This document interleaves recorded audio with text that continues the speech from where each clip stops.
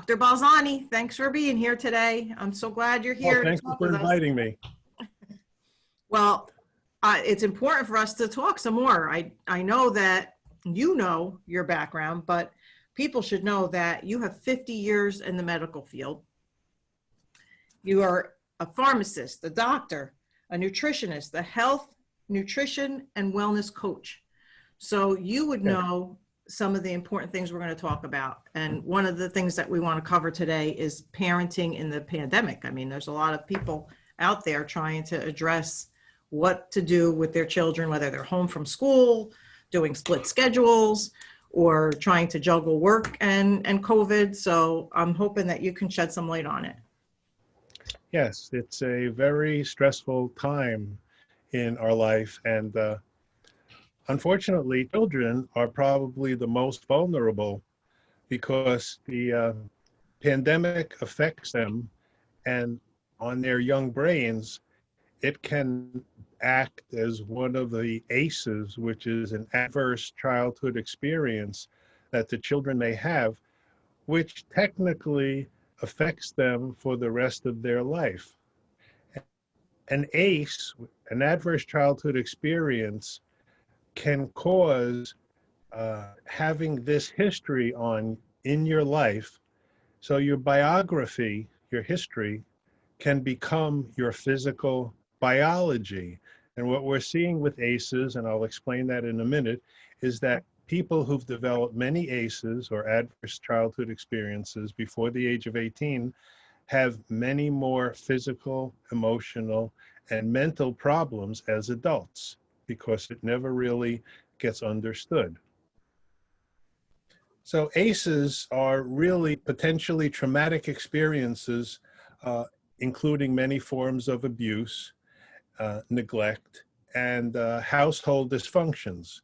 And the original study was done with about 10 ACEs, and they did this original study on about 17,000 people in San Diego who were mature, 57, came from good homes, had good jobs, were healthy, had good insurance, to show that ACEs, or these experiences, can affect every type of generation, every type of nationality, and every type of socioeconomic class.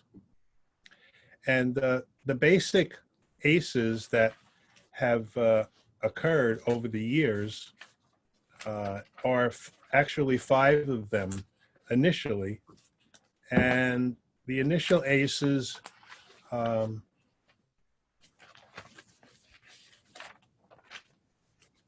The thing about ACEs is that a new discovery, or is that something that has been around for, you said it was discovered quite a while ago? Well, they did the ACE study in 2012, which involved just about 17,000 people, and they printed this. A lot of people, to give you a good picture. Now, they had a good picture of it, and they only did 10 traumas. 5 of them were personal, and 5 of them were related to family members.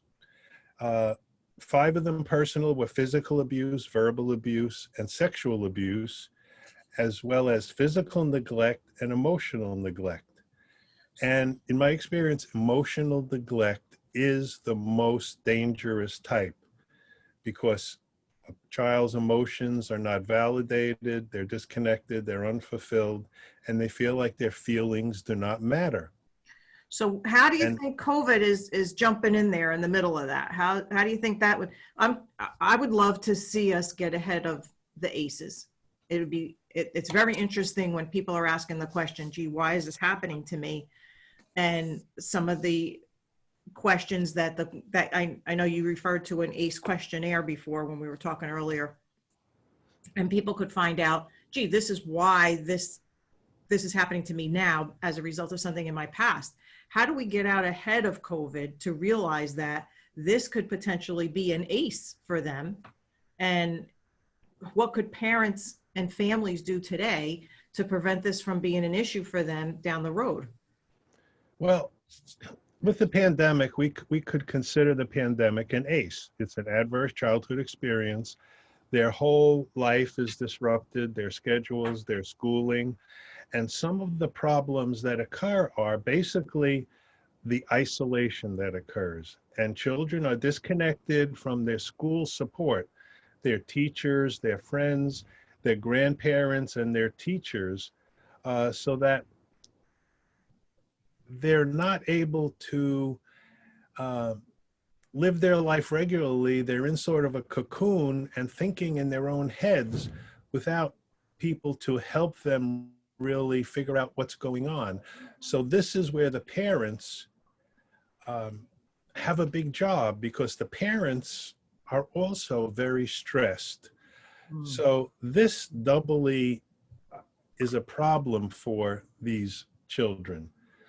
And the child is experiencing its own stress because of lack of friendship, lack of school, lack of real exercise, etc. But he's also experiencing an interfamily adversities. You know, I'm sure they hear their parents talking about loss of work, loss of money, potentially loss of total income, loss of housing. And this type of anxiety, which leads to stress, can last for many months and years afterwards. And um, kids are hit hardest in the lower income group and the lower socioeconomic group. But the other thing that I see is that children are exposed to their parents' work stress if their parents are working at home. So, and the other thing is, parents are so used to having the kids around all day.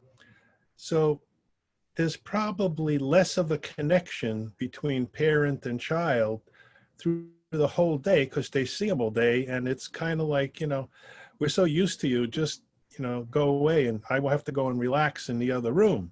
Good point. So thinking about that, what are some of the things that families can do, even grandparents or parents, older siblings? What can everyone in the family do to try and counteract this, so that when we come out on the other side, we can see that something beneficial came out of this? Well, in talking to these children, you have to, first of all, you have to answer their questions, and very honestly, that there is a problem, people are getting sick, and show ways also how to prevent these things. Talk about hand washing, talk about mask wearing, why it's important, etc., and social distancing. So, And also to recognize the child's feelings, you know, sit down and talk with them, and they're saying, gee, I feel a little nervous, mom or dad.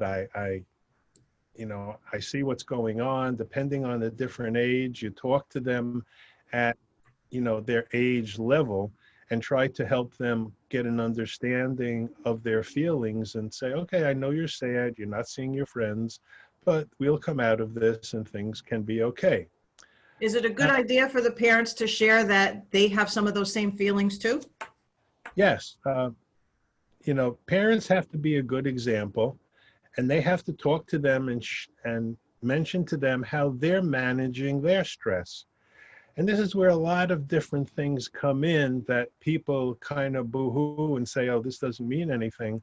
But things like diet, exercise, things like mindfulness and meditation that an adult can use, you know, have potential for children if explained in a simple way.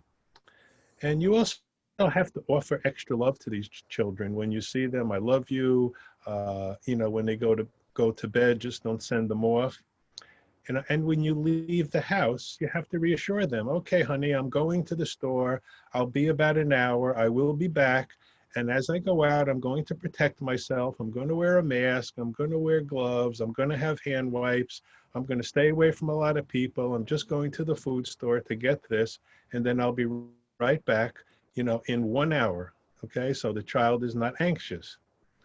The other thing is, during this pandemic, you really have to keep schedules, you know, routinely.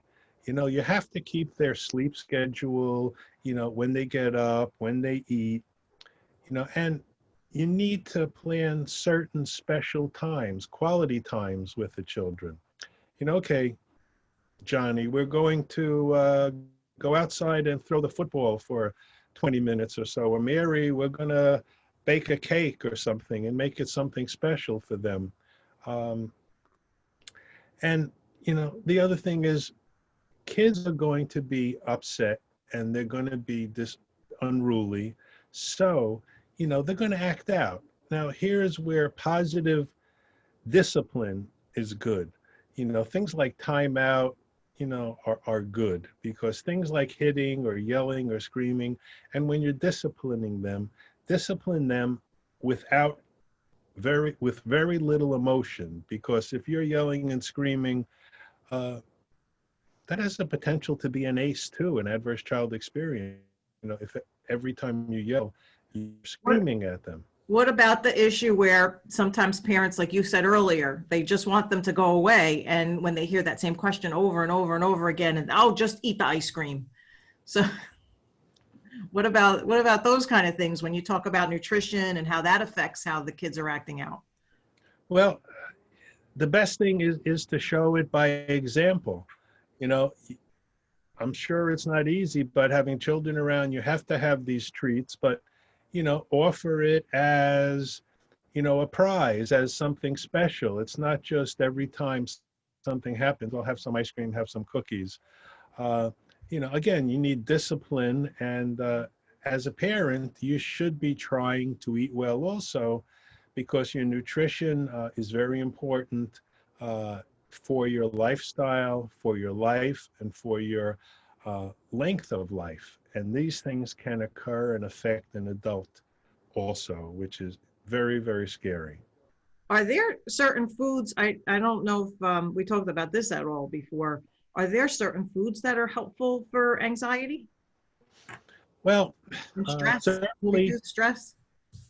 certainly there are things to stay away from. High sugar carbohydrate foods cause inflammation. Okay. Sugar is the devil. It's the worst food in the world because it affects our lifestyle, our length of life, and our brain. It inflames our brain, and so we can't think. So cutting out sugar, processed foods, things that have 27 ingredients, you know, are not the best thing because it's foreign to our body. So our body gets annoyed when we're eating these things. Sure, a Dunkin' Donut looks really good, but it's high sugar, the wrong kind of fats, and it's not good for us. Certain kind of things can be helpful for calming. Chamomile tea in the evening is very good. It's soothing and relaxing with a little bit of honey to help you sleep. Certainly, things to calm people is to learn how to sleep correctly. Okay. You need to set up your room so there's blackout when you go to bed. There's no lights coming in and out of your room. That there are, you've taken precautions or stop using TV, video, iPads, potentially, preferably an hour before you go to bed, or you're wearing blue blocker glasses that help prevent these blue lights from decreasing the amount of a substance called melatonin in your body, which helps you sleep. There are melatonin supplements that you can take also, take it an hour before you go to bed, which can help sleep. And also, magnesium is a good substance to take because most of the United States is deficient in magnesium, and it does relax your muscles and can help you sleep. Now, Alcohol before and people get involved with any of these vitamins, should they talk to their pharmacist or their doctor or anything like that? they should always talk to their doctor first before they take anything, but essentially a good multivitamin and is something that they can take because let's face it, our diet, our Standard American diet or SAD diet is very sad. It's poor. It's I never heard killing. that before. Sad. SAD, Standard Standard American American diet. diet. It's sad. It's what kills people if you That follow the makes me standard. sad to hear that. I know. Yeah. Uh, and there's other things that you can use. As I mentioned before, there's some breathing exercises to stimulate you in the morning or to relax you. And there's something called mindfulness and meditation. Mindfulness, in a nutshell, your mind is thinking and active all the time. When you're driving to work, your mind is thinking about negative thoughts. They're called ants, automatic negative thoughts. And so mindfulness is something where you focus your mind. An unfocused mind is pretty much negative all the time. Okay, it's not positive. You're not happy all the time. So it's negative. You're worrying, where am I going? Am I late? Did I forget this? Do I have to do this? So you're putting more stress on you. And you can't work an arm muscle all day, all night, and expect it to be okay. So your brain needs to rest. Mindfulness is just making your mind think of something that you want it to think and control. You can sit and breathe in and out and count your breaths. You can sit, close your eyes, and as you're closing your eyes, you can feel your feet on the floor. Concentrate on that. You can feel your hands on your lap. You can feel your seat, your butt on the seat. You can feel your back against the chair and concentrate on those things. Or you can, just concentrate on blackness. Close your eyes and just look into the blackness and keep your mind blank. And don't worry if you keep on getting thoughts in your mind, because that's what meditation is. You keep on getting thoughts and you're moving them out. It takes practice. You didn't learn to drive a car in one day, and you didn't learn to walk, and you never gave up, and that took a long time. Good point. Those are really good points. Now, we're starting to get a little bit close to the end of our session. And earlier you talked to me about breathing that you could do to get yourself energized for the work ahead, and breathing you could do to calm the day. Yeah. Can you give us those two examples so that everybody can kind of be prepared to take that information with them when they go? Okay. Well, there's one breathing, it's called fire breathing. And basically you take 12 quick breaths in through your nose and out through your nose. Very quick. And you do 12 because you may feel a little lightheaded or what have you. But what it does is it oxygenates your body, oxygenates your brain, and can get you, going a little bit. You can do it for a longer time, but you have to be careful. You should be sitting. You should have your back in a comfortable chair in case you feel dizzy or what have you. That's one way to start in the morning. Another way to help you kind of relax a little bit, and also it's also a mindfulness kind of breathing, is to inhale to the count of 4, hold your breath till the count of 4, exhale to the count of 4, and hold your breath to the count of 4, and just keep doing that. That way you're taking your mind away from, I forgot to do this, I forgot to do that. It can help you relax. It can help you before you go to sleep, and different things like that. Writing down things you need to do before you go to bed in a pad is fine. That takes your mind off it. And one last thing that's really important is gratefulness, okay? One thing a day that you should do is think about at least 3 things you are grateful for, in spite of everything that's going on. You're grateful for your family, your health, your home, your job, or whatever you want. But you have to realize that you have a lot of things to be grateful for in spite of all this. And having to stay home is kind of a little annoyance when, you know, you still have a house and it hasn't been blown away, or it hasn't been disrupted, or there's not a war going on in your neighborhood. But, you know, there's a lot of things. Social support is important. Writing things down that, you know, that bother you are very important. Write it down, look at it, you know, don't just keep on thinking about it, because ruminating is something that just causes inflammation, stress, and inflammation is what kills us. It's the starting of diabetes, you know, it's the starting of all diseases. And unfortunately, one of the root causes of all these diseases are the stress that comes from these childhood ACEs that occur early in life that are undiagnosed and not understood. You know, a child who's been abused or molested has something, if they go to a counselor and say, I was molested, I understand that. It happened when I was 5 years old.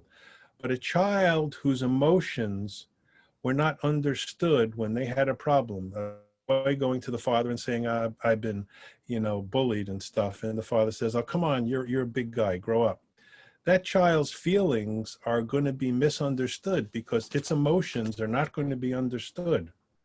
So, you know, psychologically is the biggest problem with COVID. We have to keep our minds functioning well and doing all these different things, even yoga, exercise, a lot of different things like that. Hobbies, music, you know, but most important, diet, exercise, and sleep are the three basics. Dr. Balzani, I am so grateful. I already took 3 pages of notes on our conversation. Promise me we'll get to do this again and I can get to learn more. Absolutely. Thank you very much, Robin. All right. Thank you. Have a great day. Thank you. You too. Bye-bye.